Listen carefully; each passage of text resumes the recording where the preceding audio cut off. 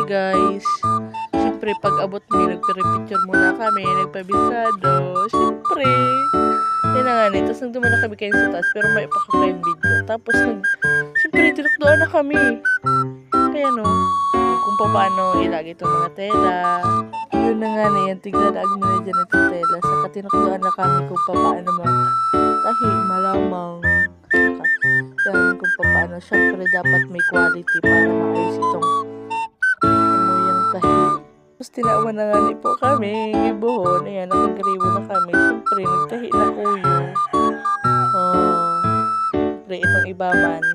Para, garahe pa talaga. Ay, wow. Yan na nga po yan. Tapos may gabos. Yun na nga po yan. Natapos mina. Siyempre, ano pa, papahiling mo na yan.